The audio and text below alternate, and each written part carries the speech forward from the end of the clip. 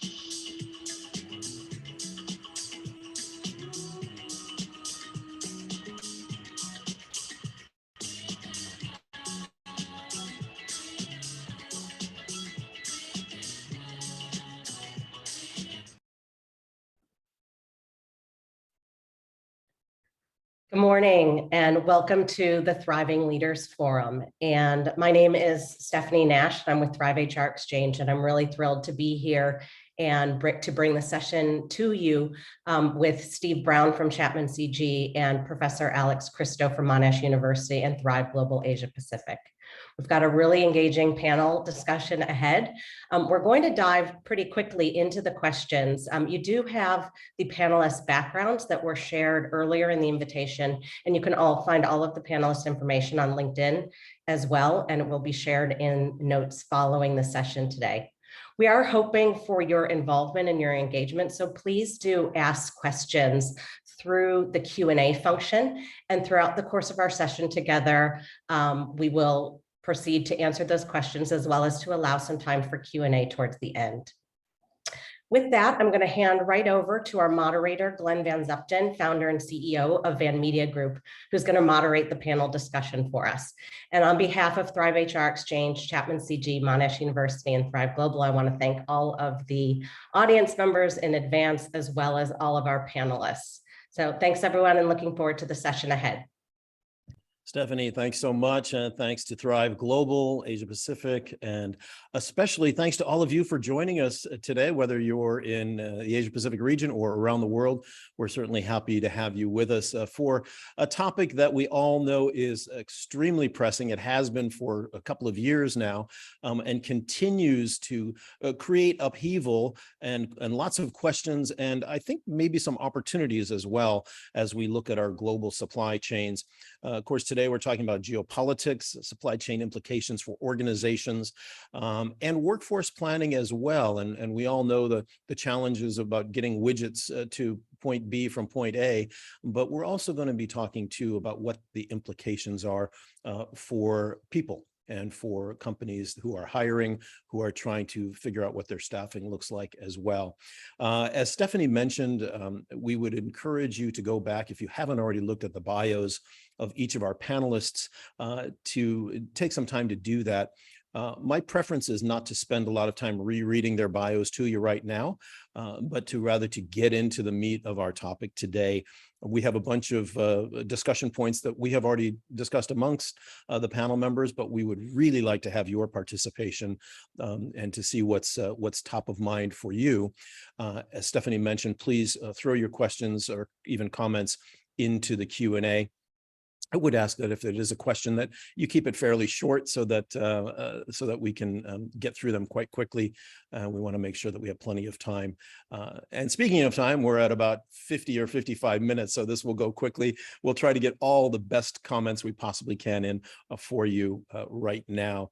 Briefest of introductions, and I'll start with Aditi Madhock-Naarden, who is the Vice President of HR, Global Growth Markets, and Chief Equity Diversity and Inclusion Officer at Tate and Lyle. As you may know, Tate and Lyle do agri and nutrition science. Also with us, Alex Capri, Senior Lecturer at the Lee Kuan Yew School of Public Policy and Business School at NUS here in Singapore, a writer and academic, been a partner in practice at KPMG and many other accolades, bringing him to the table today. Diego Utge, who is the Executive Vice President and Group President, Asia Pac at Ingram Micro. And he has also spent a lot of time in India, Sri Lanka, Bangladesh, 20 years at that company. And they are, of course, a global technology and supply chain company giving solutions to businesses. So he is well positioned for this discussion as well.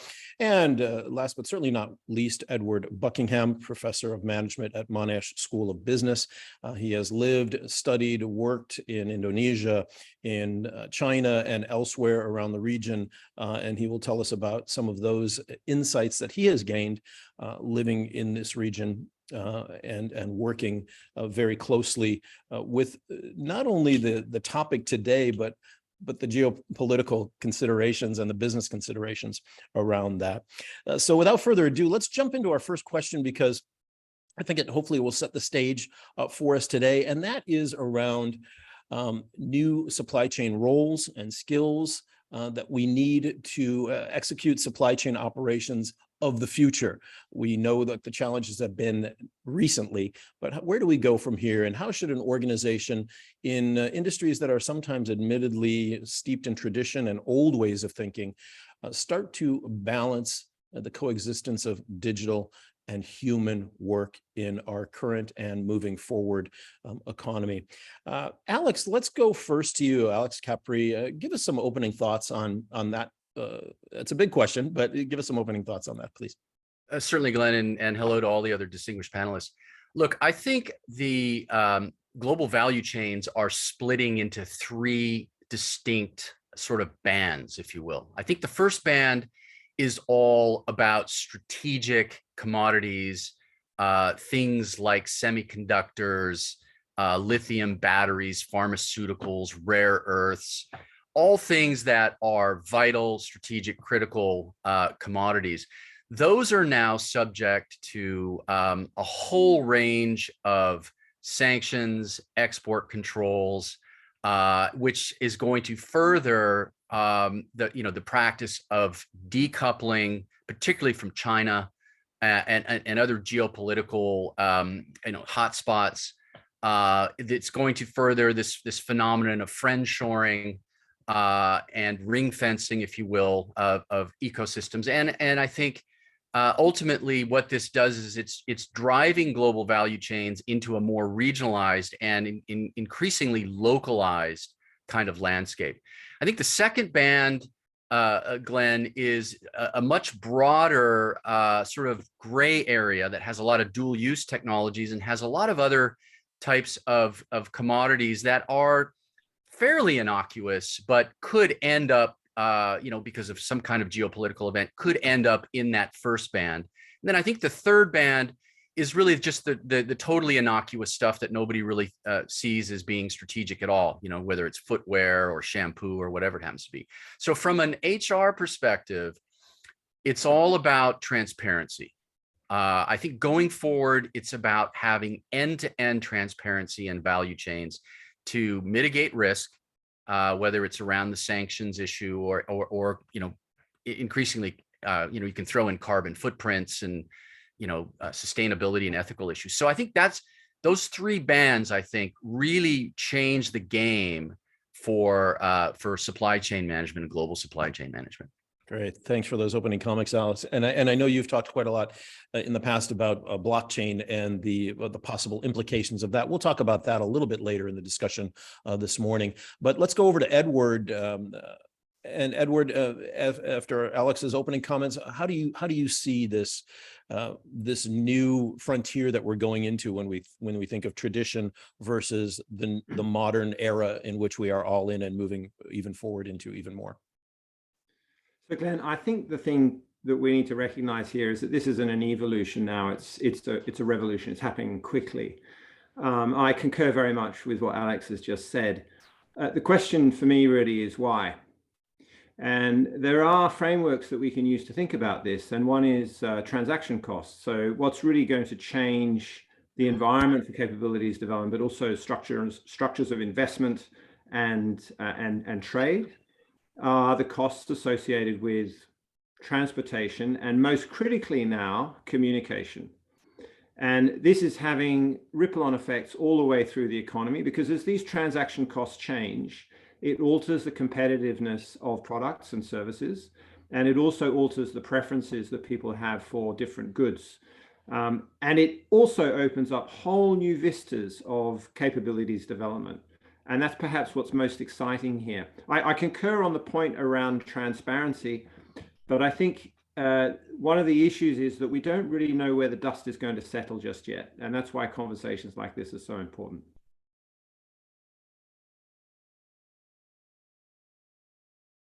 Sorry, Glenn, you're on mute. Oops, pardon me. Can you hear me now? Okay. Thanks for that. And I think this idea of transparency is one that has been troublesome to a lot of people. They hadn't quite realized when the supply chain started to break down. Many people didn't realize just how complex and how behind the curtain many of these supply chain issues were. And I think many of us over the last 2 years have started to see that with a pair of fresh eyes. If I can head over to you, Diego, your company, of course, is helping other companies navigate this at Ingram Micro, navigate the supply chain disruption. What are you seeing as a plan or as counsel that you're giving to your clients about how to address the current supply chain world that we are in? Well, I think what I would say is, if we look at supply chain as transportation of raw materials, finished goods, people, and systems, this pandemic has taught us that 10 years of digital transformation is happening in 2 years, right? So it is really important at the end how you serve your customer. On the transparency, probably I would say also reliability of your supply chain partner or your supply chain practice in the company that you do. So when you accelerate digitization in companies like it is happening right now, and more profound after the pandemic, you have new elements of artificial intelligence insight on how you better serve customers. So I think the way companies, they look at how to better serve customers, it is paramount right now. Obviously, when I said transportation of goods, raw materials, it implies transportation companies.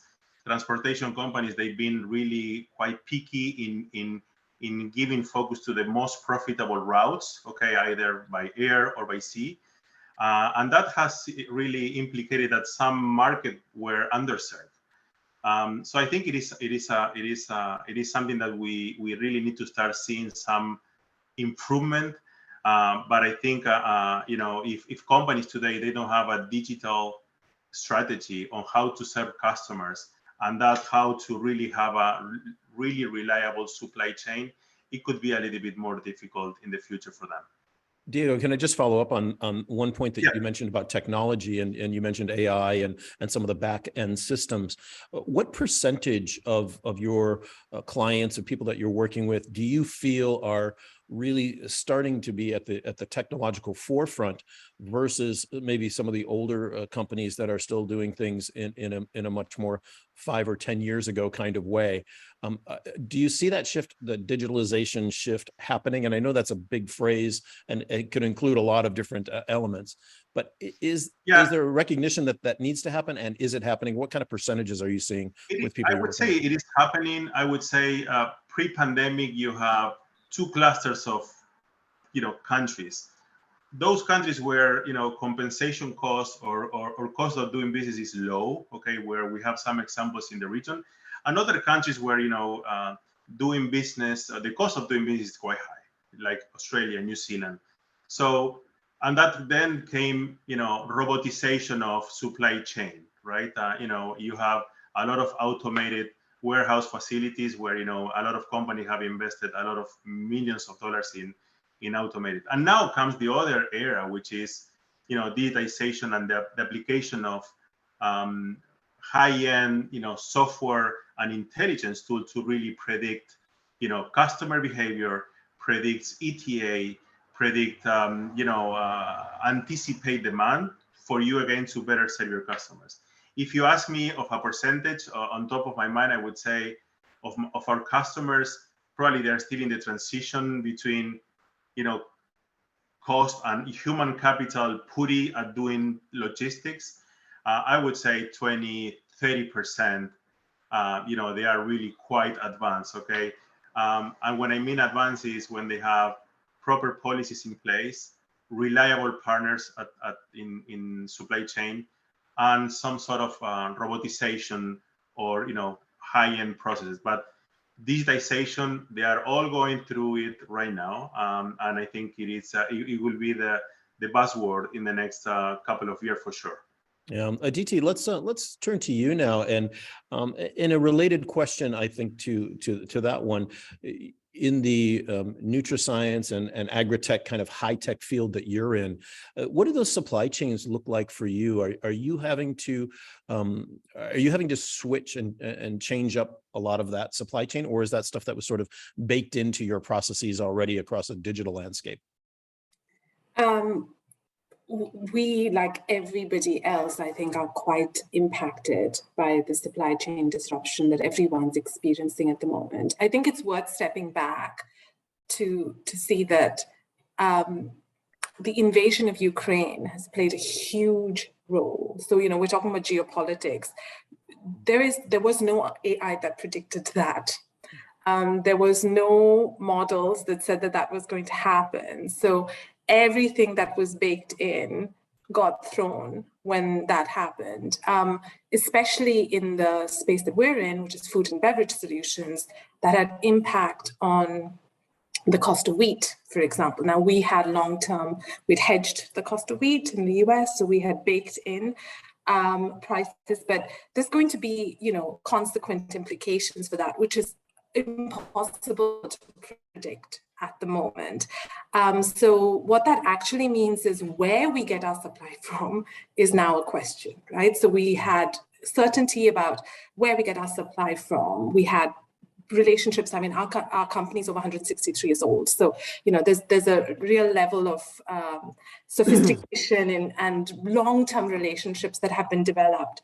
But when things like what happened in Ukraine happened, which only exacerbated the supply chain disruption that COVID had created, we've really had to think on our feet. And we're still doing that. And I do think the point that Diego made is very important around those customer relationships and customer service. So what we're really focusing on, because we're not the only company in our sector who's been impacted by this, clearly, the differentiator is the communication with the customers and being real and telling them what the issues are so that we can collaborate with them to think of creative solutions to deal with the challenges that we're facing collectively. I think organizations that are willing to say, look, this is unprecedented. We're in new territory. We don't know what's going to happen. These are the issues that we see. We understand you need to get your products to consumers. How do we partner together to fix this? Are more likely to be able to surf this wave than drown in it. And I think that's where our focus is at the moment, Glenn. Thanks so much, Aditi. Alex Capri, in your comments earlier at the top of this webinar, you talked about your 3 pillars, and 2 of them were sort of the products and things that are nice to have, and the others that are must-haves. Clearly, Ukraine has brought up the must-have discussion, and the geopolitical black swan. Everybody was expecting the pandemic to screw everything up, but we weren't expecting a war in Europe to come up out of all of this. As you are researching and looking across the geopolitical spectrum, how forgiving are clients or customers of the big companies who are having supply chain issues? Are they saying, okay, we'll cut you some slack because we know that we weren't expecting Ukraine and wheat and fertilizer and everything else is disrupted? Or are they saying, not our problem, we need you to get on with your business and figure it out? Where are customers and clients falling on that spectrum, if in fact there is a spectrum? Yeah, no, there absolutely is. And it's all about eliminating uncertainty. It's all about securing food security, in this case, energy security, and they're very closely linked. I think I really like what Aditi said in that, when we talk about, where's food coming from, right? Where's the next supply coming from, and can it be counted upon to be consistent and a steady supply? What I've been hearing in speaking with both policymakers and people in the agri-tech sector, and of course sitting here in Singapore, is this move to bring food production and even agriculture locally and on a smaller scale. So in other words, what's come out of the Ukraine situation is that we have this industrial scale, massive sort of monocrop agriculture that's dominated, for decades now, largely unimpeded global supply chains. Now that we've introduced all of these complications with geopolitics, the question is, well, can we do this locally? So in Singapore, they're looking at, vertical agriculture. They're looking at, really creative ways, hydroponics, really creative ways of bringing food production locally. And then I think this whole issue of monocrop agriculture and damage to biodiversity, and shifting more and more to much more localized, much more friendly type agriculture. I think this is part of this perfect storm that we're seeing, right? So the geopolitical issue is fragmenting value chains. Now you throw in the pandemic, and then you throw in climate change, right? Mm-hmm. So now we're going to be looking at carbon footprints. Do we really need to send a blueberry all the way from Chile to Singapore?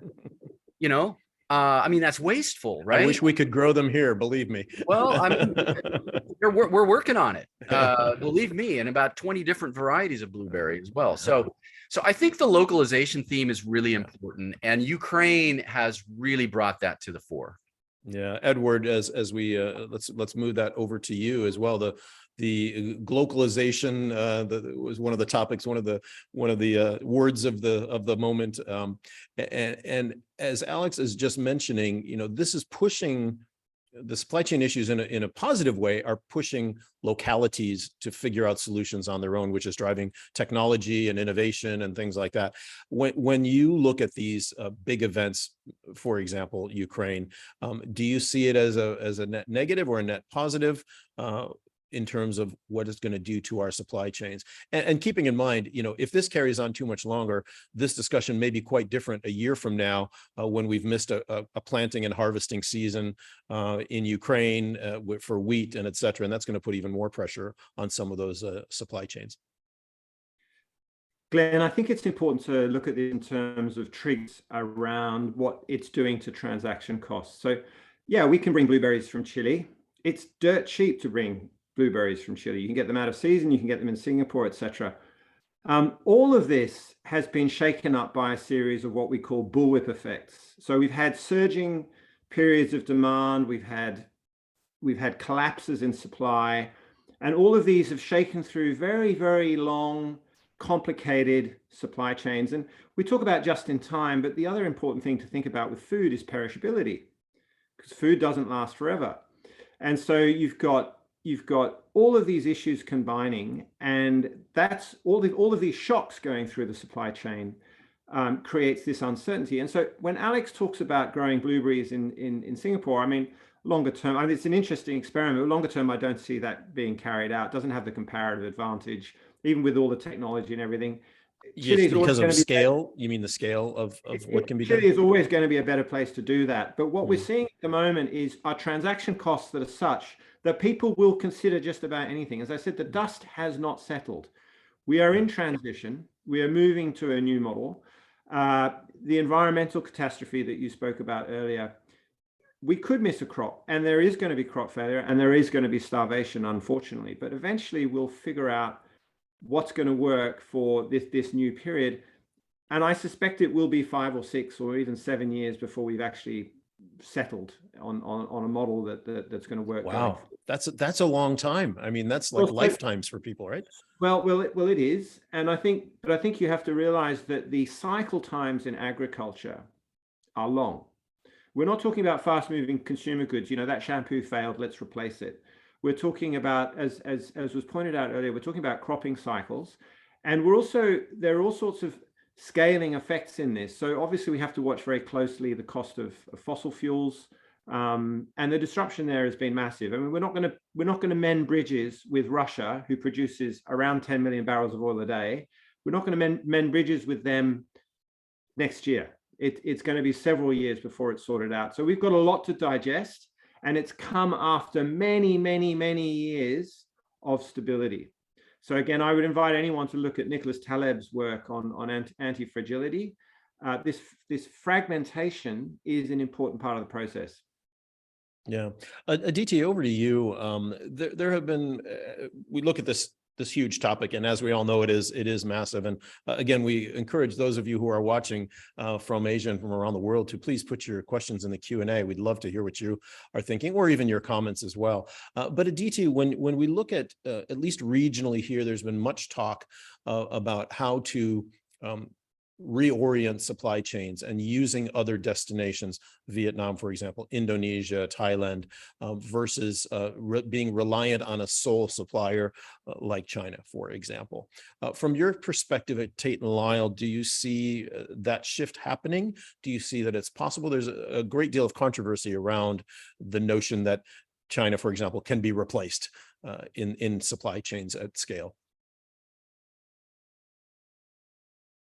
Your microphone, please. Sorry. Here we go. Yeah. Look, I think there are two questions when you talk about China. Are you talking about China for the rest of the world, or are you talking about China for China?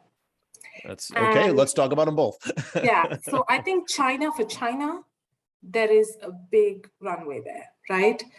It is still the world's largest population, though many of you may have heard that India is going to take over that mantle next year, which comes sooner than anticipated. So that's going to be an interesting dynamic to study, to see how those implications play out. But from a Tate and Lyle perspective, traditionally we saw China as a great producer of ingredients for the rest of the world. So for example, we have a stevia plant in Anji, and that plant provides stevia crop for customers all across the globe. But we've recently closed an acquisition in Jiangmen in Guangzhou province, which over 90% of the customers are in China. And we see that model being more sustainable because China has now some of the world's biggest food and beverage needs, right? By virtue of their population, they have local companies producing those food and beverages, and providing supplies to them, I think, makes a lot of sense. In terms of rest of the world, the comments that Alex and Edward made around localization, wanting to have local manufacturing ability is definitely something we're seeing. So customers are asking, where is my ingredient coming from, for the reasons that we've all just discussed. And I think personally that the Swiss model of making sure there are enough reserves of what they consider, critical material, which interestingly in Switzerland includes chocolate and coffee. But they have, when you're in Zurich, you see these big towers where they are storing reserves. And I think that's going to be increasingly a model that governments are looking at. And from our perspective, we think we need to take manufacturing local. And from a supply chain perspective, that will mean other destinations having an opportunity to play in there. And the market in Asia that we see has the most runway after China's Indonesia. Mm-hmm.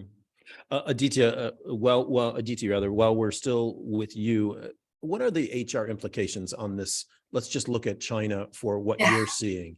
What does that what are the considerations that you are thinking about in terms of staffing and those issues? Look, I mean, firstly, I'm sure everybody on this call knows trying to get anybody into China over the last, couple of years has been nigh impossible. So just like logistically, being able to get people in from outside. So acquiring and retaining talent in that market has, now become not just what we prefer, but what we need to do. So we're really going very local in terms of hiring, in terms of, retention. The obvious challenges are that everybody's looking for the same kind of people, especially in places like Shanghai, which has seen a huge flight of talent. And when you're looking for people who worked in multinational environments, who can have, with a certain proficiency of English, work with people across the globe, there are premiums that, I'm still trying to educate my global comp and ben colleagues we need to pay, which they're having a hard time wrapping their head around. But it is completely changing the dynamic. We are still sending selectively people from elsewhere in the globe. We just managed to get our first work visa for someone to move from the UK to China. But I think that's going to definitely be the exception, not the rule. And I think the era of having leaders who are non-Chinese or non-Chinese speaking, leading companies in China, I think is pretty much over. The last thing I would say is we have become increasingly concerned about keeping our people safe. Safety is one of our big values. And this is the first time in my career that we've had to worry about people having food in Shanghai. We did 2 different food deliveries apart from what the government was giving. Wow. And, paid quite a premium for it. But those are the types of considerations that we've never had to have in the past. But now, that became a big differentiator, which companies were able to provide food for their people during the lockdown. Wow, fascinating. Edward, China has been a focus of yours for decades now. One of many focuses. Inter and intra China. What does that look like for you? Are they okay internally, or better off than going with the external routes in the supply chains? So we've all been drinking the same Kool-Aid in that sense. Very attractive investment conditions for property. And we share more in common with them in terms of how we've driven our economies in recent decades than we often like to admit. They're further down the runway than us, and things are very tense at the moment. Chinese society is incredibly stratified between those that own apartments, own houses, own multiple apartments and houses, and much more, and those who are really just trying to make do around the periphery. Wages have gone up. But costs have gone up, and this was already becoming apparent when I last lived in China, which was in 2015. What's changed in the last few years has, of course, been this digitalization, which Alex, Diego, and Aditi have talked about. The government is experimenting with whole new ways of public order, of public governance. You could literally leave your wallet on the street now, and no one would pick it up. So as I said, it's a model in transition. We are starting to see pushback. People are starting to get a bit fed up with this sort of this big brother type of environment. But maybe that's what they need at this point as they get off this period of being addicted to property and high levels of investment. So I think personally that they will manage it, but it's going to be a very tense few years. And when they emerge from it, my hope and what I pray for is that we're going to see a China that has learned some really valuable lessons and will be much better equipped to engage internationally in the political economy. And I'm not just talking about cross-straits relationships and tensions in the South Pacific or elsewhere. But generally in terms of how they manage their economy and how they integrate with the rest of the world, it is definitely on pause at the moment. Yeah. We've sort of hit a bit of a roadblock, and that's, as I said earlier, it's because the rules of the game are changing so rapidly. Thanks, Edward. Alex and Diego, I want to continue the China line of questioning with you. A question has come in from one of our viewers. The question is, global companies are now searching for responses to supply chain challenges such as reshoring, nearshoring, and China plus one, while the US and China are devising strategies to protect their own industries and improve their international competitiveness.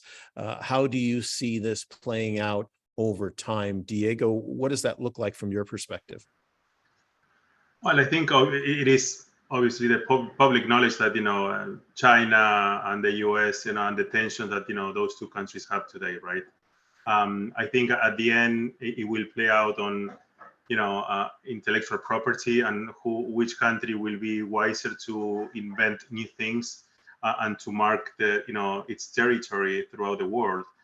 Talking about supply chain, I would say, we have these issues because there is an excess of demand, right? Because, suddenly through the pandemic, all the money that the governments have put into people's pocket made that, demand increase and surpass offer or capacity.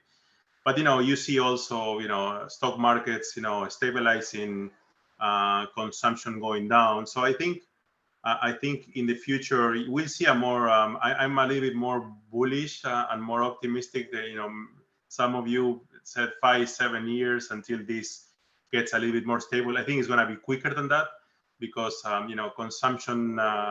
consumer consumption will diminish quickly. Okay, but I think to your point on China, I think and other countries on how to couple the lack of reliability of supply issues from China, I think it will take time. In China, there is scale, there is investment.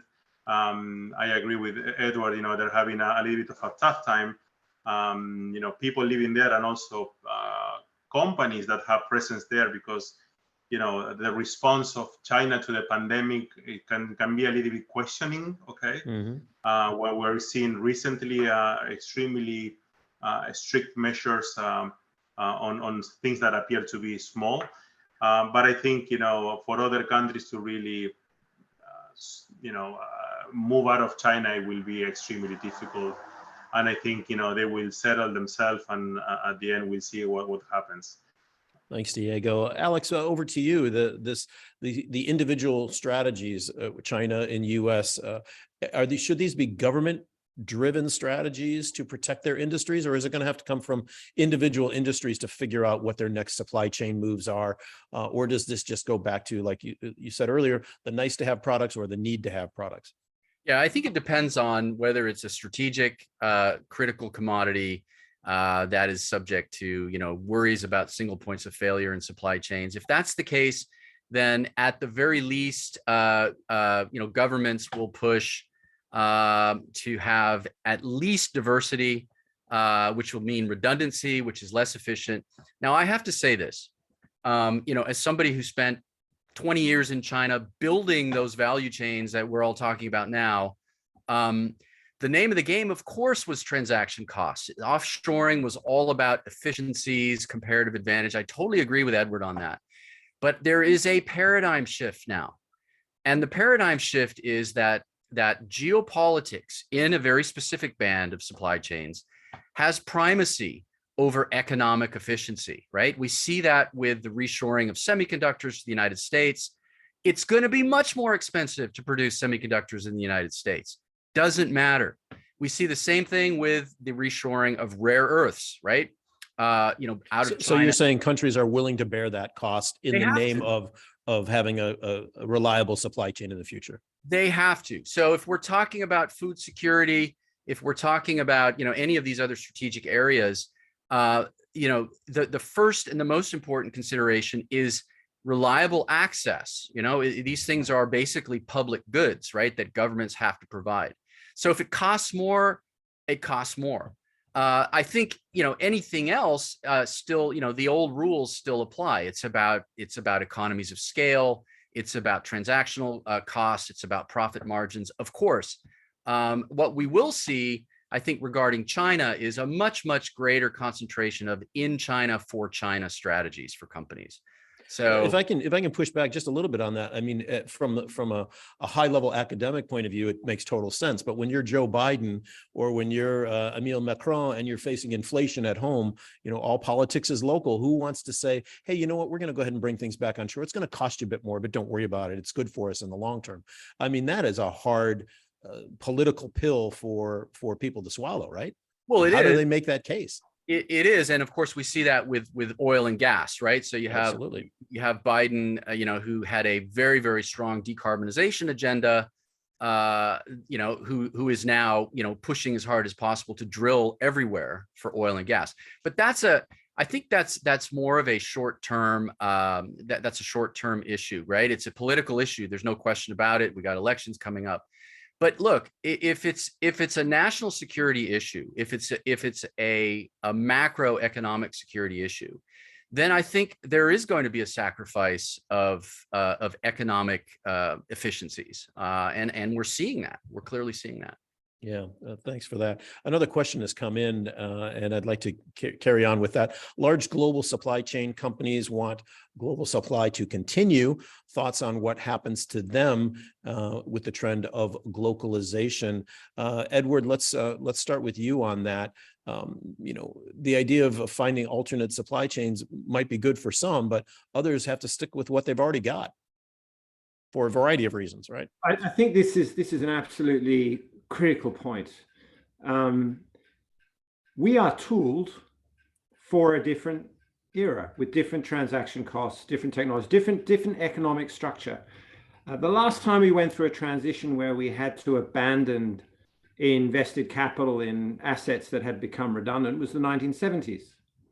And on the back of that, we saw, where did cash flows go? Well, cash flows were diverted. Cost of capital went up as we retooled, as we recreated whole new infrastructure, whole new industrial infrastructure.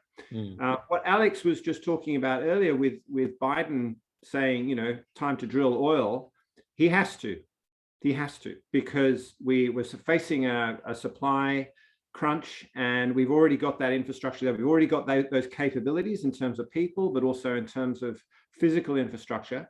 And that will continue for a while, but we will continue to sweat those assets until they disappear. It's a bit like sailing ships, you know, even after we had diesel and steamships and so on, there were still sailing ships plying the oceans until the early 20th century. Same thing's going to happen. Diesel mechanics are still going to have a job because there has been an investment there, and because we can rely on using those assets into the future. So it's not just going to vanish immediately, but what we're going to see is this question around what does it cost to replace what we've got, and how much pain are we willing to bear, and how much risk are we willing to bear in not controlling those key resources that the others have highlighted.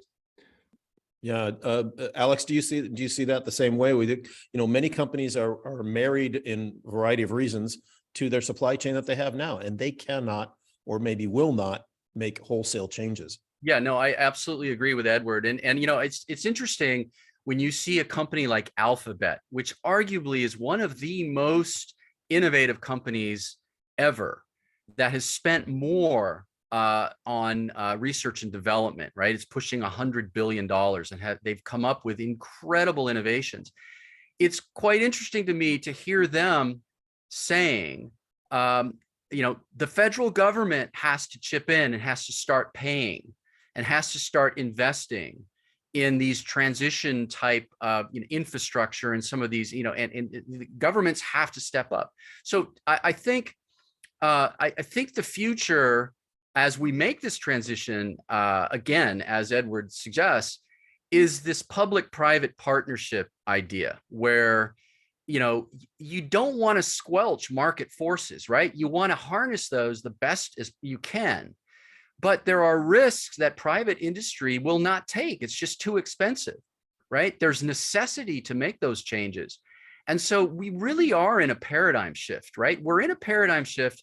And by that, I mean, you know, 3 decades of hyper-globalization. It's been very good to all of us. It's lifted a lot of people out of poverty. You know, it's been very profitable. It's been great for consumers. That's all great. But we are in a paradigm shift away from laissez-faire economics, and we're now approaching a managed trade situation where states are much more activist. And they, again, it's tricky, right? It's a tricky balance.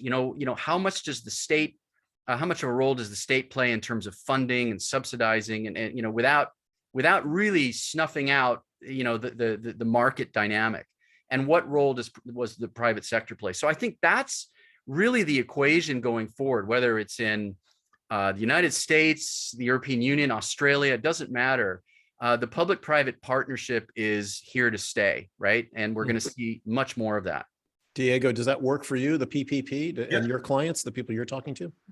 Yeah, and if I may add on what Alex mentioned, what you see also, let's not forget how big companies are becoming bigger and bigger and bigger, okay? Just looking at transportation, DHL, UPS, there are a handful, and those people are becoming bigger and bigger and bigger. So yeah, some company, they will have to stick with them, but the governments needs to chip in to really understand how they can rebalance the equation to make sure that they continue to become competitive, but at the same time, they fulfill the needs of the populations, right? But you asked me one question on PPP. What can you repeat again? Yeah, just the public-private partnerships. I think if I can paraphrase Alex, he was saying there's going to need to be more management, in quotes, by sure, governments. The thing is, someone mentioned about blockchain, okay, and the alternative economies. We'll see, and I think that probably could happen, a decade from now, how the governments will play. And let's not forget, the trust, several surveys on how populations see trust in their governments, okay? At times it's lower and lower and lower around, raising corruption, raising policies that benefit a few groups. So it's going to be a tricky and interesting play to see. But yes, obviously there has to be that kind of, teamwork, because if not, it will be really difficult to really address some of the issues that we're seeing today. Aditi, if we can bring you back into the discussion on the related elements of workers. The demand for workers is exceeding supply. Of course, we've got the great attrition compared with increased competition for labor. When you look at all of this disruption and the way that it has impacted the HR function of companies, how do organizations cope with this? What are some strategies that you're using or you're seeing and hearing about from some of your contemporaries to deal with the disruption in your labor pool? You already mentioned China a bit earlier, but I'm sure it goes far beyond that. Yeah, look, I think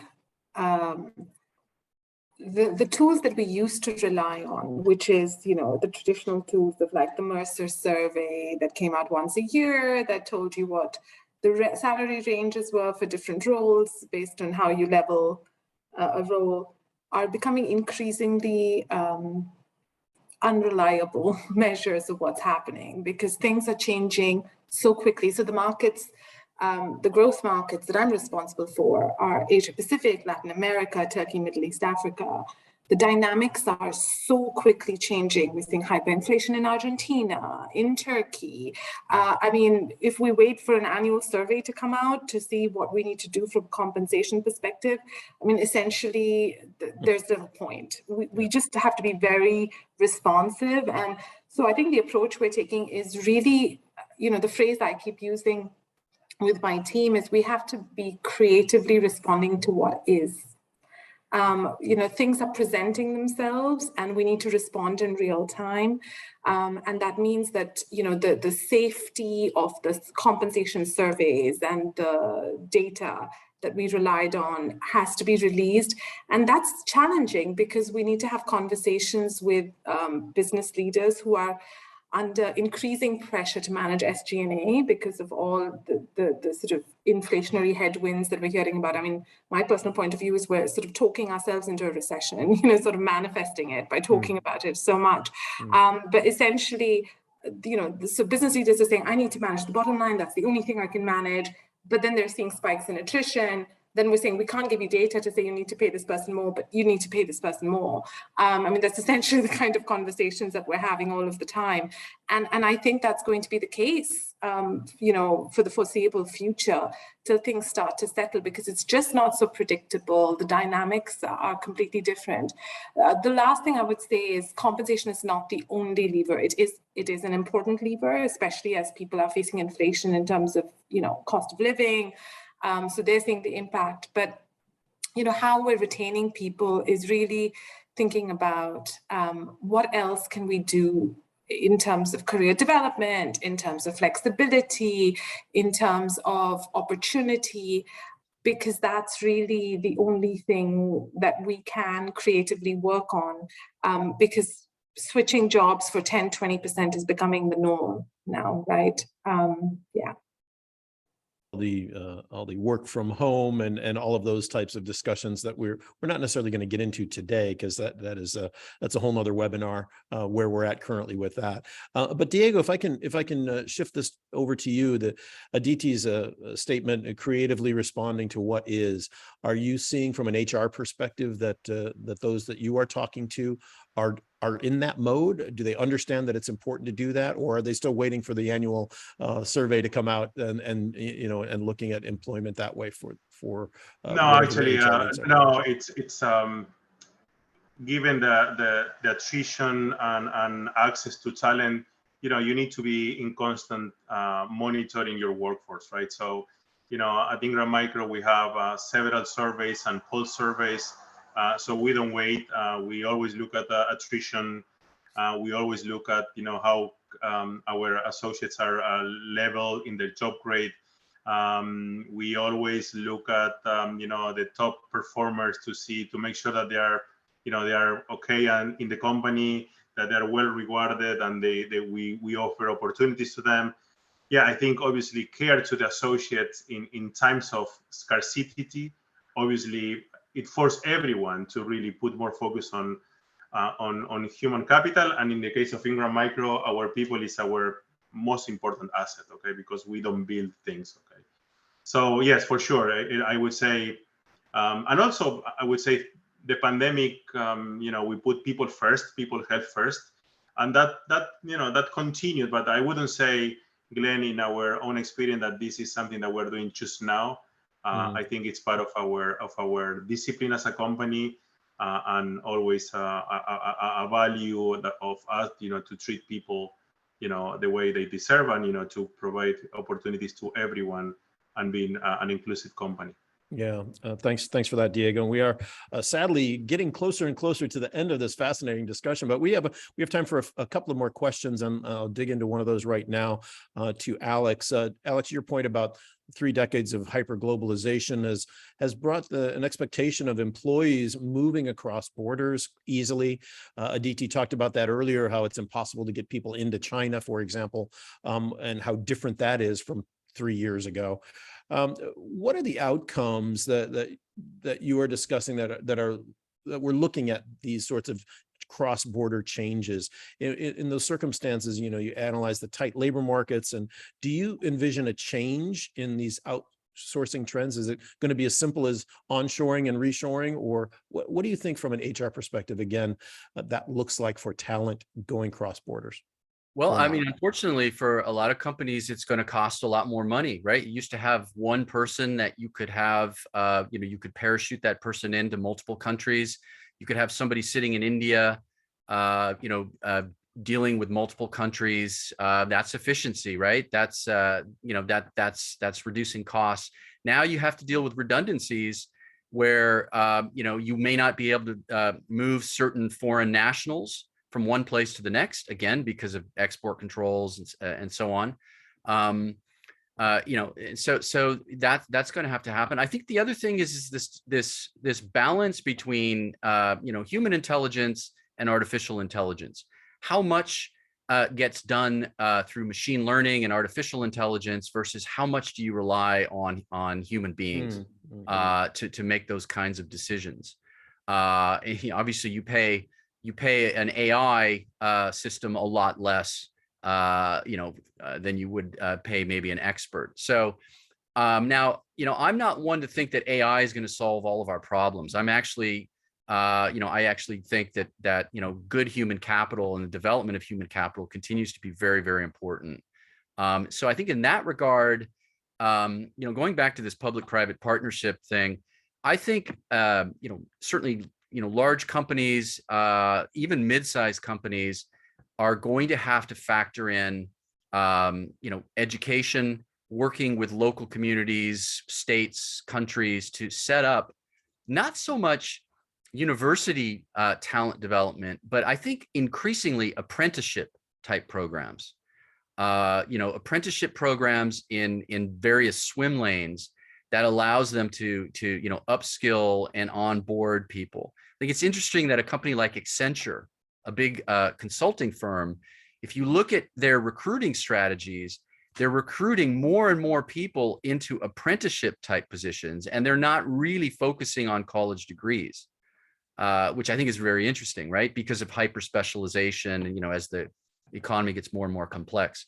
So I think all of that is going to factor in it. But at the end of the day, we're losing efficiencies, and I think transaction costs are going up, and companies are going to have to invest more and more in developing talent and acquiring talent.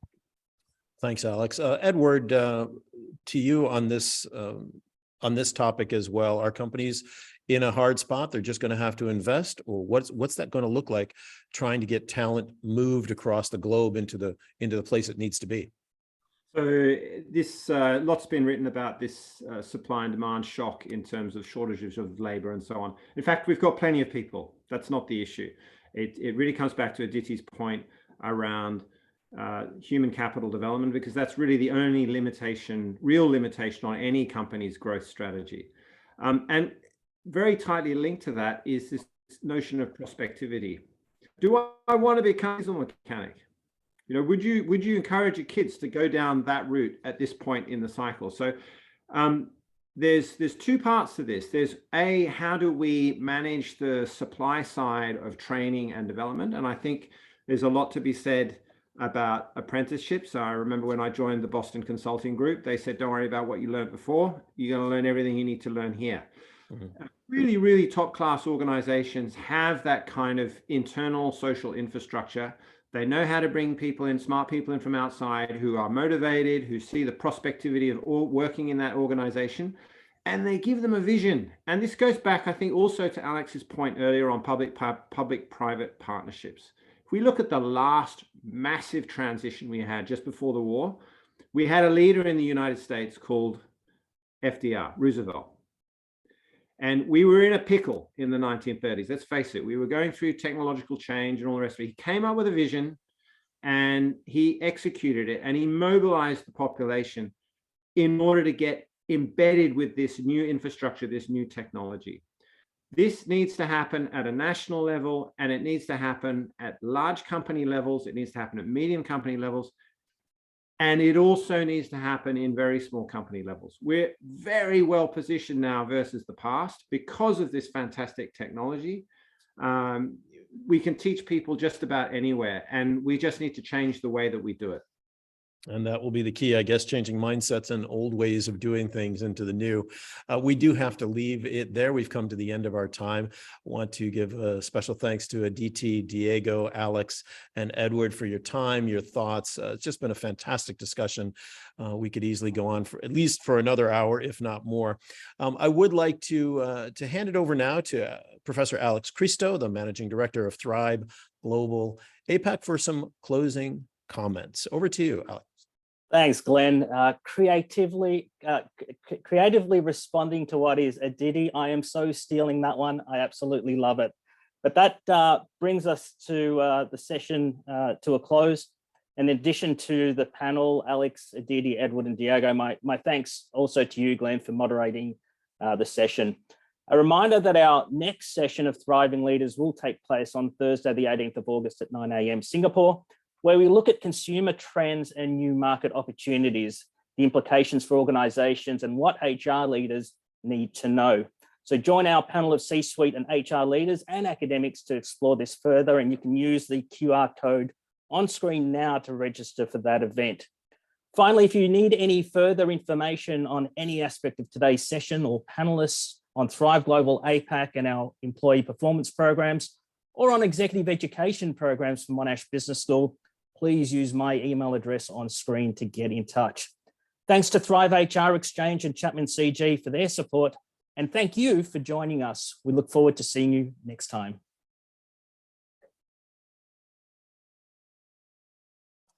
Thank you. Thank you, everyone. Thank you so much. Thanks, Have a good everybody. day. Thank you. Thank you.